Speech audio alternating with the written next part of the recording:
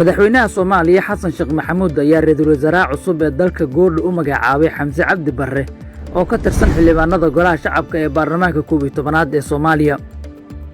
Xamse Cabdi Barre oo ah siyaasi dhalinyaro ah ayaa sidoo kale ah qof aan dalka ka bixin tan iyo burburkii Soomaaliya kadib, waana ra'iisul wasaarihii ugu horreeyay oo daljoog ah oo loo magacaabo wasiirka koowaad ee xukuumadda Soomaaliya.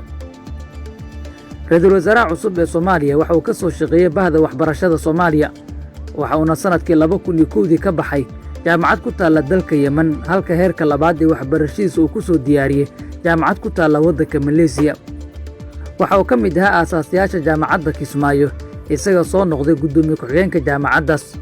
sidoo kale waxa uu macallin ka ahaa jaamacadaha magaalada Muqdisho qaarkood, gaar ahaan jaamacadaha Muqdisho iyo Simad, isagoo ka fadhiistay qiyaasta sanadkii 2010 ka hor.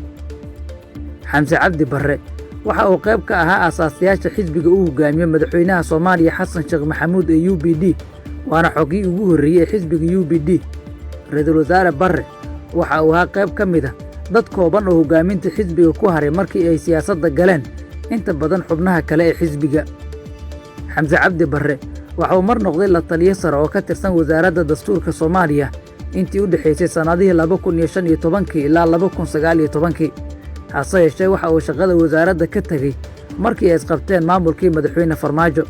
waxaana markaas kadib loo magacaabay guddoomiyaha guddiga xuduudaha iyo doorashooyinka ee maamulka Jubbaland, isagoo xilkaasi hayay intii u dhaxaysay sanadihii 2019 ilaa 2020. doorashadii uu hogaaminayay waxaa ku soo baxay madaxweynaha maamulka Jubbaland Axmed Maxamed Islaam Axmed Madoobe. sidoo kale dadka yaqaana ra'iisul wasaaraha cusub ee Soomaaliya ayaa sheegay inuu ka soo shaqeeyay arrimaha bulshada iyo gargaarka, isagoo madax ka soo noqday hay'ado samafal iyo ururo kale oo ka shaqeeya gargaarka iyo bini'aadanimada. dadka yaqaana Xamse Cabdi Barre waxay sheegeen inuu yahay shakhsi afgaaban oo deggan, waana 48 sano jir, 8 carruur ah haysto. 28 Diseembar ee sanadkii hore ayaa loo doortay xildhibaan ka tirsan golaha shacabka ee baarlamaanka Soomaaliya, wuxuuna ku soo baxay kursiga Hoob 203. dadka kursiga lagu matalo waxaa ka mid ah madaxweynaha maamulka Jubbaland Axmed Maxamed Islaam Axmed Madoobe. hogaamiyaha maamulka Jubbaland Axmed Madoobe iyo ra'iisul wasaaraha cusub ee dalka Xamse Cabdi Barre haddii dhinaca kale laga eego waa wiil iyo adeerkiis, waxayna magacaabista caawa saameyn ku yeelan kartaa hoggaanka maamulka Jubbaland. ilwareedyo xilkas ah oo ka agdhow madaxweynayaasha Jubbaland iyo Puntland ayaa ii sheegay in Dani iyo Axmed Madoobe ay aad u diidanayeen in Xamse Cabdi Barre loo magacaabo ra'iisul wasaaraha Soomaaliya, waxaana rabitaankoodu u ahaa in xilkan loo xusho qof ka soo jeeda gobollada Bari iyo Nugaal oo ka tirsan Puntland.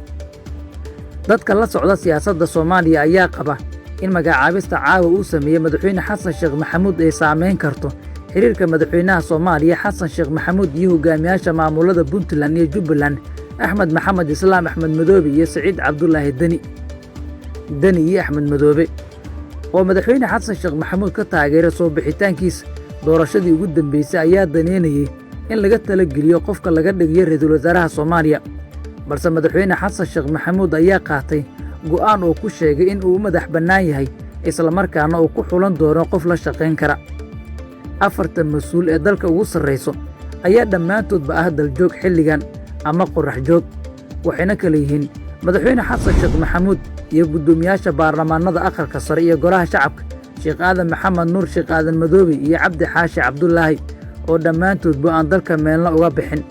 iyadoo hadda ku soo biiray ra'iisul wasaaraha cusub ee Soomaaliya Xamse Cabdi Barre oo ka mid ah dadka aan dalka ka bixin tan iyo burburkii, isla markaana ku soo shaqeeyay marxalado adag, isagoo sidoo kale qayb ka ahaa dadka taariikhda iyo sooyaalka fiican ku leh bahda waxbarashada.